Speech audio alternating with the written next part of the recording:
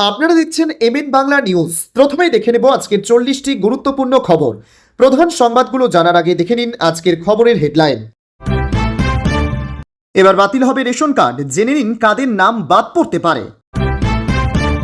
অন্নপূর্ণা ভান্ডারের ভেরিফিকেশন কি বাড়ি ঢুকে চেক করা হবে? একটু ভুল হলেই কিন্তু 3000 টাকা হাতছাড়া হতে পারে। ইকেওয়াইসি না করা থাকলে বন্ধ হতে পারে বিনামূল্যে রেশন। কিভাবে করতে হয়, কি কি নথি দরকার জানুন। বিদ্যুৎ বিলে বড় স্বস্তি, মাত্র 3 টাকায় 100 ইউনিট বিদ্যুৎ। জানুন কারা পাবেন এই সুবিধা। অন্নপূর্ণা ভান্ডারের 3টি ঘরের জায়গায় হ্যাঁ লিখে এখন টাকা পাচ্ছেন না, বিরাট সুখবর আসছে তাদের জন্য।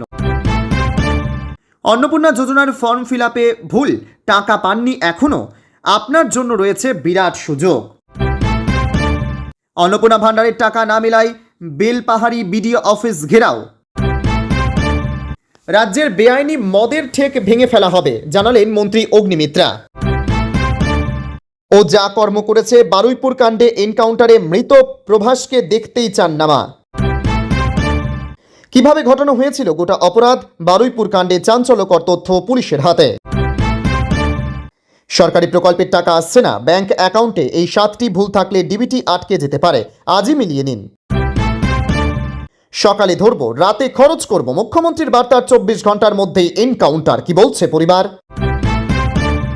160 কোটির সন্দেহজনক লেনদেন, তৃণমূলের টাকাতেই বিমান হেলিকপ্টার কেনে সংস্থা, প্রকাশ্যে বিস্ফোরক তথ্য। নীল আধার কার্ড কি, সাধারণ আধারের থেকে কোথায় আলাদা, কারা পাওয়ার যোগ্য। অন্নপূর্ণার 3000 টাকা আটকে গেছে, ফর্মে ভুল থাকলে এবারই সংশোধনের সুযোগ, জানালো সরকার। একজন চুল্লুখোর ভ্যানওয়ালা পুলিশের বন্দুক কেড়ে নিল, জঙ্গি এলে কি করবে, বারুইপুর এনকাউন্টার নিয়ে অধীর। এবার যুবশক্তির করকরে 3000 টাকা দেওয়া শুরু হবে, এখনো আবেদন করেননি, জেনে নিন কিভাবে আবেদন, কি কি নথি প্রয়োজন। এরা কিছুতেই অন্নপূর্ণা যোজনার টাকা পাবেন না, কাদের কথা স্পষ্ট করে দেন মুখ্যমন্ত্রী। গুলি চালালে পুলিশ কি জয়নগরে মোয়া ছুড়বে, বারুইপুর এনকাউন্টার নিয়ে ডেসপারেট মন্তব্য সুকান্ত মজুমদারের। তৃতীয় কিস্তিতে কি মিলবে করকরে 3000, অন্নপূর্ণা ভান্ডার নিয়ে নয়া ঘোষণা সরকার পক্ষের। প্রোটেস্ট র্যালি উচ্ছেদের প্রতিবাদে শিলিগুড়িতে সিপিআইএমের মহা মিছিল। রেশন কার্ড নিয়ে বিরাট আপডেট, কেটে দেওয়া হবে এদের নাম, কড়া পদক্ষেপ নতুন সরকারের। এতক্ষণ শুনছিলেন সংবাদ শিরোনাম, এবার আসছে বিস্তারিত খবরে। ভিডিওটি ভালো লাগলে লাইক করুন এবং আমাদের ইউটিউব চ্যানেলটি সাবস্ক্রাইব করে আমাদের সঙ্গে থাকুন। পরবর্তী আপডেটের জন্য ধন্যবাদ। রাজ্য জুড়ে অন্নপূর্ণা ভান্ডার প্রকল্প নিয়ে সাধারণ মানুষের মধ্যে প্রবল বিভ্রান্তি এবং চরম হতাশা ছড়িয়ে পড়েছে। যে সমস্ত মহিলারা অত্যন্ত আশাবাদী হয়ে এই প্রকল্পের জন্য আবেদন করেছিলেন, তাদের অনেকেই এখন চরম দুশ্চিন্তায় দিন কাটাচ্ছেন। সোশ্যাল রেজিস্ট্রি পোর্টাল নিজেদের আবেদনের বর্তমান পরিস্থিতি যাচাই করতে গিয়ে তারা রীতিমতো চমকে উঠছেন। বেশিরভাগ ক্ষেত্রেই দেখা যাচ্ছে যে কোনো স্পষ্ট কারণ ছাড়াই বহু মহিলার আবেদনপত্র সরাসরি বাতিল করে দেওয়া হয়েছে। আবার বহু অন্নপূর্ণা ভান্ডারের আবেদনকারীর ক্ষেত্রে স্ট্যাটাসে দেখাচ্ছে আন্ডার ভেরিফিকেশন অথবা পেন্ডিং। এই পরিস্থিতিতে রাজ্য জুড়ে এক তুমুল চাঞ্চল্য তৈরি হয়েছে।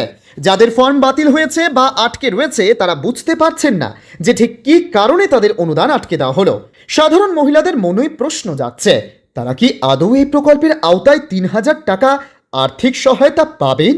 একটু ধৈর্য ধরে ভেরিফিকেশন প্রক্রিয়ায় আধিকারিকদের সাহায্য করলে চূড়ান্ত তালিকায় তাদের নাম নিশ্চিতভাবে অন্তর্ভুক্ত হবে এবং অনুদানের টাকা সরাসরি তাদের অ্যাকাউন্টে পৌঁছে যাবে।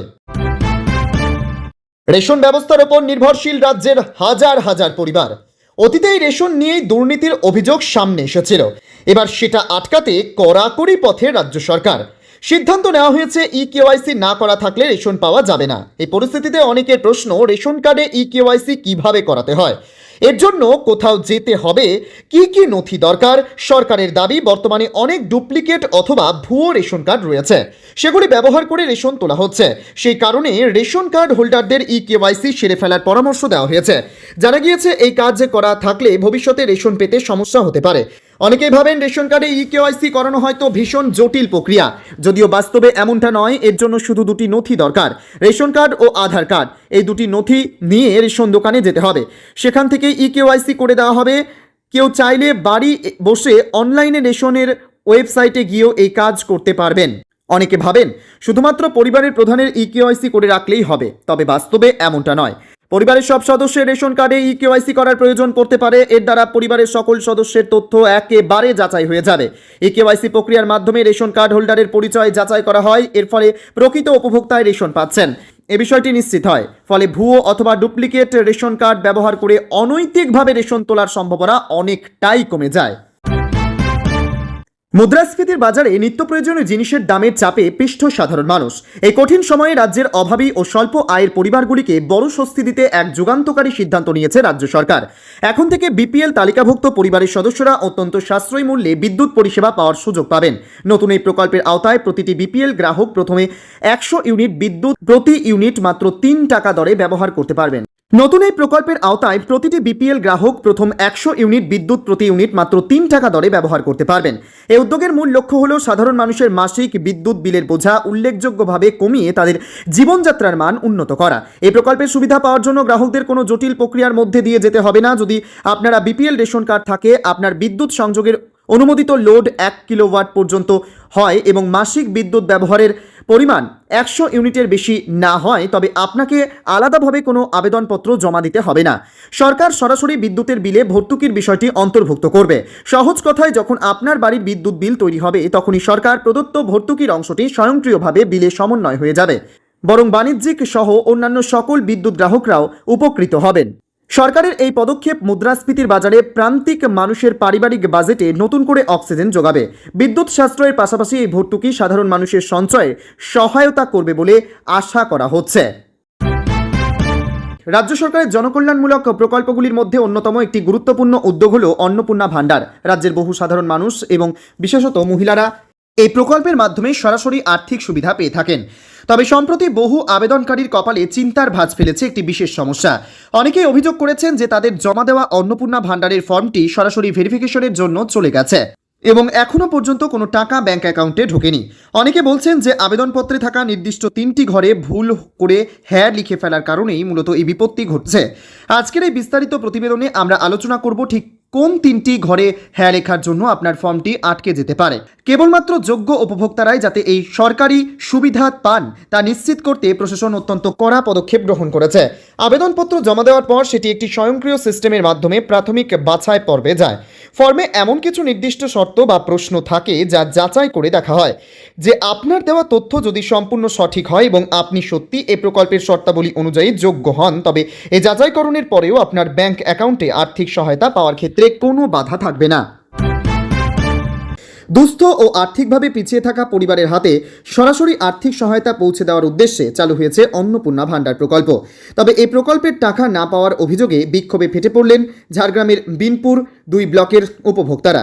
বুধবার সকাল থেকে ব্লকের বিভিন্ন এলাকা থেকে বহু মহিলা বেলপাহাড়ি বিডিও অফিসে জড়ো হয়ে বকেয়া অর্থ দ্রুত মেটানোর দাবি তোলেন। তাদের অভিযোগ, একাধিকবার আবেদন ও প্রয়োজনীয় নথি জমা দেওয়ার পরেও অনেকের ব্যাংক অ্যাকাউন্টে প্রকল্পের টাকা পৌঁছায়নি। বিক্ষোভকারীদের দাবি, বিষয়টি নিয়ে বারবার প্রশাসনের দ্বারস্থ হলেও সমস্যার সমাধান হয়নি। হাতে আবেদনপত্র, ব্যাংকের পাসবই, আধার কার্ড সহ প্রয়োজনীয় নথি নিয়ে তারা বিডিও অফিসে উপস্থিত হন। উপভোক্তাদের একাংশের অভিযোগ, রাজনৈতিক কারণে বিজেপি সমর্থক সহ বহু পরিবার এই প্রকল্পের সুবিধা থেকে বঞ্চিত হয়েছেন। যদিও এই অভিযোগ নিয়ে প্রশাসনের তরফে কোনো প্রতিক্রিয়া মেলেনি। বিক্ষোভের জেরে কিছু সময়ের জন্য বিডিও অফিস চত্বরে উত্তেজনা তৈরি হয়। পরে পরিস্থিতি সামাল দিতে আন্দোলনকারীদের সঙ্গে বৈঠকে বসেন ব্লকের জয়েন্ট বিডিও। তিনি অভিযোগগুলি খতিয়ে দেখে সংশ্লিষ্ট দপ্তরের সঙ্গে কথা বলে দ্রুত প্রয়োজনীয় পদক্ষেপের আশ্বাস দেন। প্রশাসনের আশ্বাসের পর আপাতত বিক্ষোভ তুলে নেন উপভোক্তারা। তবে দ্রুত বকেয়া অর্থ ব্যাংক অ্যাকাউন্টে না পৌঁছালে আরও বৃহত্তর আন্দোলনের পথে হাঁটার হুঁশিয়ারি দিয়েছেন তারা। বারুইপুরের নৃশংস কাণ্ডে নাম জড়িয়েছে। এরপর থেকেই ছেলের শাস্তির দাবি জানিয়েছিলেন মা। বাড়িতে প্রভাস মণ্ডলের এনকাউন্টারে খবর পৌঁছতেই মা স্পষ্ট জানান তিনি শেষবারের মতো ছেলেকে দেখতে চান না, পরিবারের কেউ যাবে না, দেহ নিয়ে পুলিশের যা করার তা করতে পারে। মায়ের কষ্ট হওয়া স্বাভাবিক তা স্বীকার করেই বললেন ও যা করেছে তাতে যা হয়েছে ঠিক হয়েছে, কর্মের ফল পেয়েছে। এনকাউন্টারে মৃত প্রভাসের মা বলেন, পুলিশ এসে জিজ্ঞাসা করে আপনার ছেলের নাম প্রভাস মণ্ডল? আমি বললাম হ্যাঁ। তারপর বলল আপনার ছেলে মারা গেছে, আপনি দেখতে চান? আমি বলছি দেখতে চাই না, আপনারা যা করার করুন। মেয়েটার সঙ্গে যা করেছে, ওর সঙ্গে যা হয়েছে ঠিক হয়েছে, কর্মের ফল পেয়েছে। বারুইপুরে নাবালিকা ধর্ষণ খুনকাণ্ডের তদন্তে নেমে প্রথম প্রভাস মণ্ডলকে গ্রেপ্তার করে পুলিশ। তাকে জেরা করে পাওয়া তথ্যের ভিত্তিতেই উদ্ধার করা হয় নাবালিকার বস্তাবন্দি দেহ। পুলিশ সূত্রে খবর, মঙ্গলবার রাত প্রায় 12:45 নাগাদ ঘটনার পুনর্নির্মাণ করতে প্রভাসকে নিয়ে যাওয়া হয় বারুইপুরের সূর্যপুরের ঘটনাস্থলে।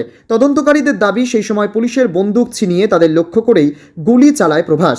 পালানোর চেষ্টা করে, সেই সময় বাধ্য হয়ে গুলি চালায় পুলিশ। রক্তাক্ত অবস্থায় বারুইপুর হাসপাতালে নিয়ে যাওয়া হলে চিকিৎসকরা তাকে মৃত বলে ঘোষণা করেন।